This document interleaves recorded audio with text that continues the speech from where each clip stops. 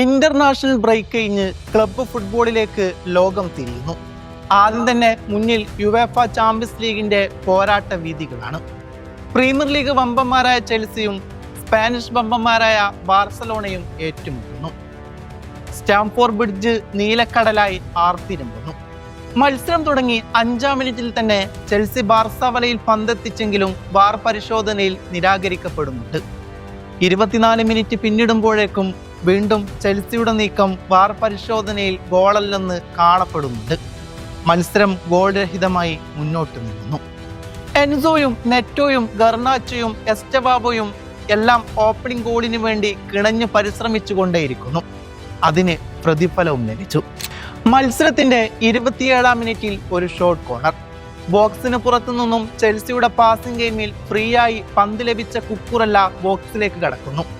പിന്നെ കൂട്ടം കൂടി നിൽക്കുന്ന ബാർസ 6 യാർഡ് ബോക്സിലേക്ക് ഒരു പാസ് കം ഷോട്ട്. പ്രതിരോധത്തിൽ തട്ടി നിന്ന പന്താണെങ്കിൽ പോലും കൗണ്ടയുടെ കാലുകൾ ചതിക്കുന്നു. സ്വന്തം പോസ്റ്റിലേക്ക് പന്തിനെ പറഞ്ഞയക്കുന്നത് അയാളുടെ കാലുകളും ബാർസ താരങ്ങളും സാക്ഷി. സ്കോർ ബോർഡിൽ Chelsea 1.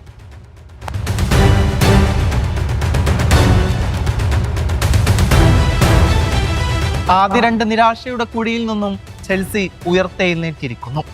It is time to celebrate. Chelsea lead ഉയർത്താനും ബാർസ ഒപ്പമെത്താനും ശ്രമിക്കുന്ന സമയമായിരുന്നു പിന്നീട് കണ്ടത്. ബാർസക്ക് അനുകൂലമായി ലഭിക്കേണ്ട ഫ്രീ കിക്കിന് വേണ്ടി പരിധിയിൽ കവിഞ്ഞ് പ്രതികരിച്ചതിന് അരോഹോക്ക് റഫറി യെല്ലോ കാർഡ് കാണിക്കുന്നുണ്ട്. 40 മിനിറ്റ് പിന്നിട്ട് കഴിഞ്ഞു. ഏകദേശം 2-ാം പകുതിയോട് അടുക്കുന്ന സമയം.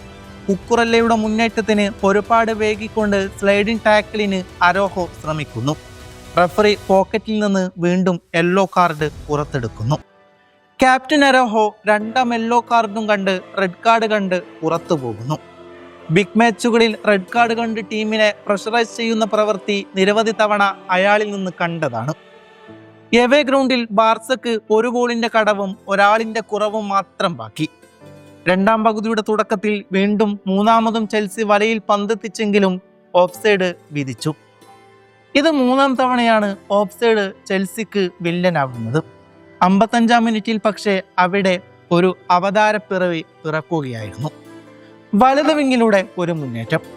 പിന്നെ ബോക്സിലേക്ക് കടന്ന് 2 പ്രതിരോധക്കാർക്കിടയിലൂടെ കുതിച്ച് വലത് കാൽ കൊണ്ട് പോസ്റ്റിന്റെ മോന്തായം കുലുക്കിക്കൊണ്ട് ഒരടിയടിക്കുന്നു.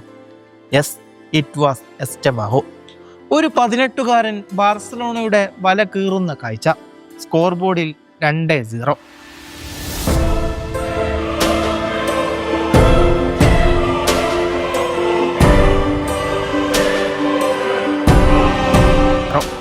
മത്സരത്തിന്റെ 70-ാം മിനിറ്റ്. ബോക്സിന് പുറത്തുനിന്ന് ലഭിച്ച ത്രൂ ബോൾ എൻസോ കൃത്യവും വ്യക്തവുമായ രീതിയിൽ ഡിലാപ്പിലേക്ക് ബോക്സിന്റെ നടുവിലേക്ക് നീട്ടുന്നു. ഡിഫൻസ് അടപടലം ഇല്ലാതായ നിമിഷത്തിൽ ഡിലാപ്പിന്റെ ജോലി പോസ്റ്റിലേക്ക് തട്ടിയിടുക എന്നത് മാത്രമായിരുന്നു. ചെൽസി 3-മത്തെ ഗോളും നേടുകയാണ്.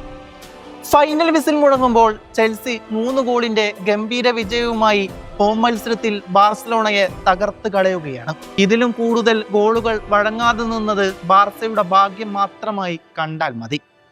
കളത്തിന് പുറത്തെ യമാലിന്റെ സംസാരം കളത്തിൽ കാണാതെ പോയ മറ്റൊരു രാത്രിയിൽ കൗണ്ടയുടെ പിഴവും അരോഹയുടെ ഉത്തരവാദിത്തമില്ലായ്മയും കൂടുതൽ വേദനയാക്കുന്നു. എന്താണ് ബാർസയുടെ നിലവിലെ പ്രധാന പ്രശ്നമെന്ന് നിങ്ങളുടെ അഭിപ്രായങ്ങൾ നിങ്ങൾ കമന്റ് ബോക്സിൽ രേഖപ്പെടുത്തൂ.